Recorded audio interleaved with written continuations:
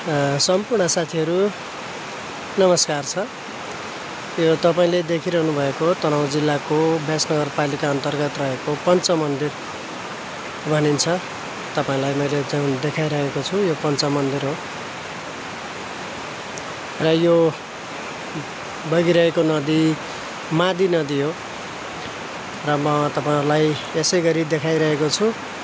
हेर्न सक्नुहुनेछ। फेरि दमौलीकै व्यास 3 वडा नम्बर 3 अन्तर्गत पर्ने यो देखिएको 20 घरे भनिन्छ र यहाँ यो सेती हाइड्रो पावरमा जाने पक्की पुलको निर्माण भइसकेको छ र आधा भइसकेको छ, आधा हुन बाँकी नै छ र यो मेरो दायाँपट्टि देखिएको यो सेती नदी हो। यो सेती र मादीको सङ्गम छ र यो पारीको रिसिङ गाउँपालिका अन्तर्गत पर्ने झापुटार भनिन्छ। यो सेती र मादी नदीले छुट्याएको यो व्यास नगरपालिका र रिसिङलाई छुट्याउने यो नदी नै हो। दायाँपट्टि रिसिङ र यसको बायाँपट्टि यो व्यास नगरपालिका हो र यो माथि देखिएको डाँडा पोखरी भन्ज्याङ भनिन्छ। व्यास नगरपालिका वडा नम्बर 12 अन्तर्गत पर्ने पोखरी भन्ज्याङ हो। यसरी नै तपाईहरुलाई देखाइरहेको छु मैले। यसको यो डाँडाको ठ्याक्कै घामले अलिकति चर्को छेलिएको छ, तर पनि देख्न सक्नुहुनेछ यो अगाडिपट्टिको ठुलो डाँडो अलिकति खारेको जस्तो देखिन्छ।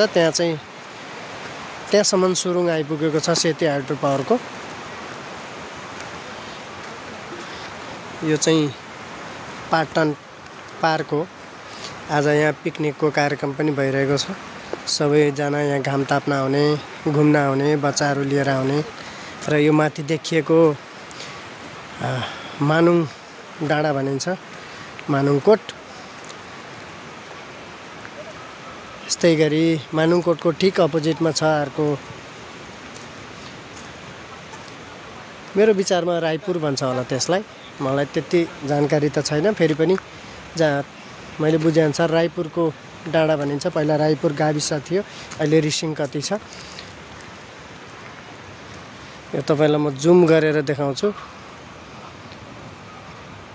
यो ठ्याक्कै यो खारेको ठाउँ जुन देखिएको छ त्यहाँबाट ड्याम सुरु छ, त्यहीँबाट सेती नदी थुन्ने र त्यहाँबाट हाइड्रो पावर सञ्चालन हुने भनेर अगाडिबाट हाइड्रो पावर छ। त्यहाँ